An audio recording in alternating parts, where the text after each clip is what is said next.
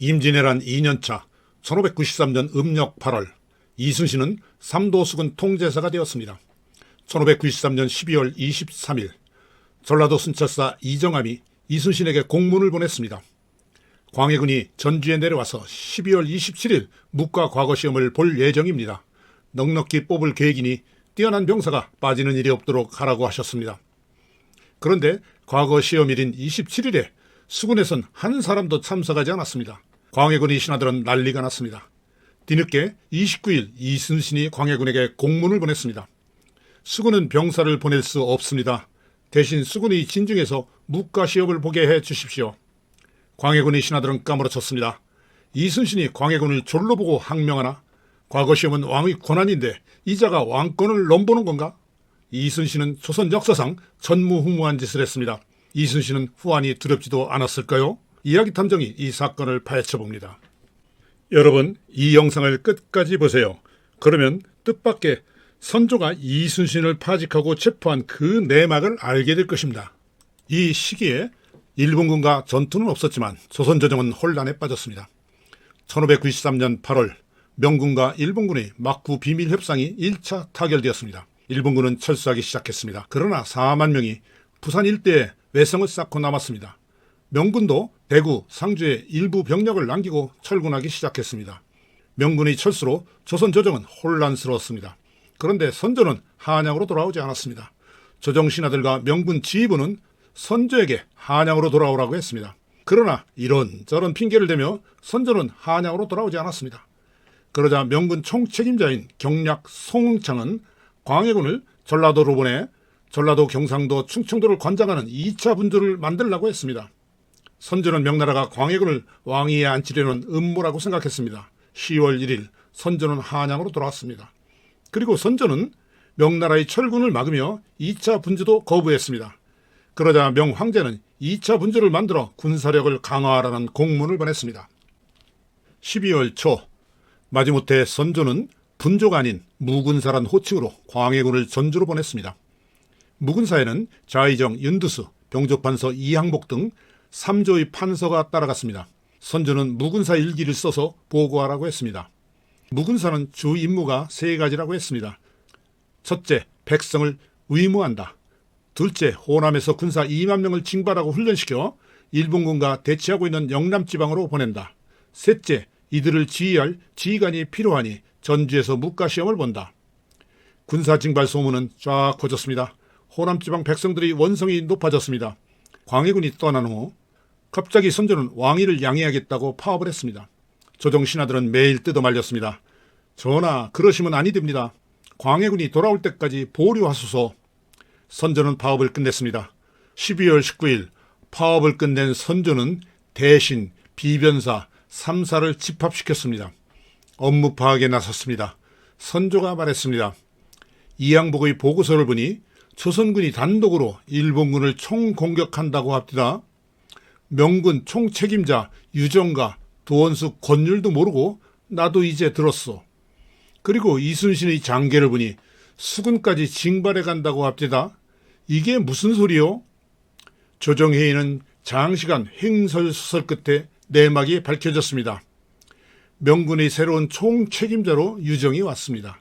그는 윤두수와 권율을 은밀히 만나 조선군과 명군이 합동으로 내년 봄에 일본군을 공격하자고 했습니다. 그러나 명군은 소수의 방어군만 있었습니다. 유정이 뻥 한 번 치고 꼬랑지를 내렸습니다. 조명 합동 공격은 물 건너갔습니다. 그런데 무군사에서 일본군과 한판 싸우겠다고 농부들을 징발하여 영남 지역으로 보내려고 했습니다. 그래서 육군이 수군까지 징발하고 있었습니다. 그러나 식량도 무기도 없고 훈련도 못 받은 조선군이 단독으로 일본 외성을 공격하는 것은 피해만 클 것이라는 결론이 났습니다. 선조는 말했습니다. 이순신이 계속 승리하는 것은 수군의 힘이요. 도원수 권율에게 이순신이 군사를 빼앗지 못하게 하시오. 과거시험 이야기로 돌아가겠습니다. 과거시험이 지난 이틀 후 29일 이순신이 광해군에게 문서를 보냈습니다. 진중에 있는 모든 군사들도 과거시험장으로 달려가고 싶어합니다. 그런데 첫째, 길이 멀어 길 내에 도착하기 힘듭니다. 둘째, 정예병들이 과거 시험 보러 간 틈을 노려 왜적들이 쳐들어올 수도 있어 수군을 보낼 수 없습니다. 이 문서에서 이순신이 말하지 않은 두 가지 이유가 또 있습니다. 첫째는 1593년 말부터 수군에 전염병이 번지고 있었습니다. 배에서 집단 생활을 하는 수군은 피해가 컸습니다. 이듬해 초 많은 군사들이 죽었습니다. 이순신도 병에 걸렸지만 살아남았습니다. 둘째, 과거 보러 간 수군들을 육군에서 징발해 가는 것이 두려웠습니다. 그래서 미리 이순신은 광해군을 건너뛰고 선조에게 직접 장계를 올려 도움을 요청했던 겁니다. 그러나 그 사실을 차마 광해군에게 말하지 못한 것 같습니다.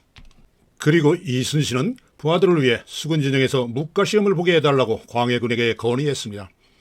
도원수 권율이 경상도 진영에서 묵과시험을 본 사례가 있다고 했습니다. 그리고 시험 과목을 말타고 활쏘기 대신 수군 실정에 맞게 바꾸겠다고 했습니다. 100명을 뽑겠다고 했습니다. 그 당시 광해군은 무군사 문제로 선조한테 견제를 받기 시작해서 괴로웠습니다. 그런데 이순신까지 자신을 무시한다고 생각했겠죠. 그래도 광해군은 꾹 참았습니다. 자의정 윤두수와 병조판서 이양복이 버티고 있는 무군사 내에서 엄청 시끄러웠나 봅니다. 한 달이 지나서 이순신에게 마침내 광해군이 명령서가 왔습니다. 전라도 관찰사도 공문을 보냈습니다. 수군의 진중에서 과거 시험을 보게 해달라는 것은 매우 잘못되었으니 깊이 반성하라. 이 문서를 받았을 때의 생각을 이순신은 난중일기에 기록했습니다. 참으로 우스운 일이다. 자신의 권위에 손상이 갔다고 생각하는 광해군, 현실적인 일처리가 최우선이라고 생각하는 이순신, 광해군 대 이순신이 대결이 벌어졌습니다. 누구의 뚝심이 더 셀까요?